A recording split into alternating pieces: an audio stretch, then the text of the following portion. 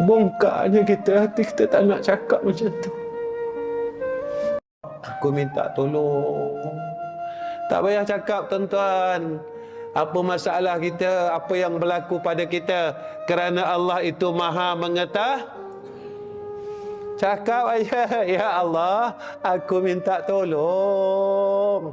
Ya Allah, aku minta tolong. Tapi kita tak hendak cakap, ya.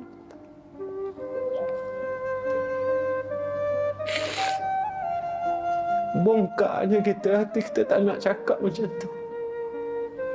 Kita bongkar, tuan-tuan. Bongkar. Cuba belajar, jangan bongkar. Belajar, jangan bongkar.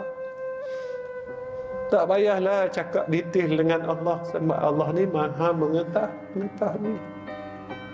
Allah tahu kita tengah susah. Allah tahu kita tengah dalam masalah.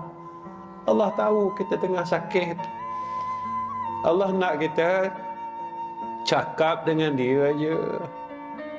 Kan Allah sebut dalam hadis kursi kan, kalau engkau susah, kalau engkau ada hajat, bagi tahu aku.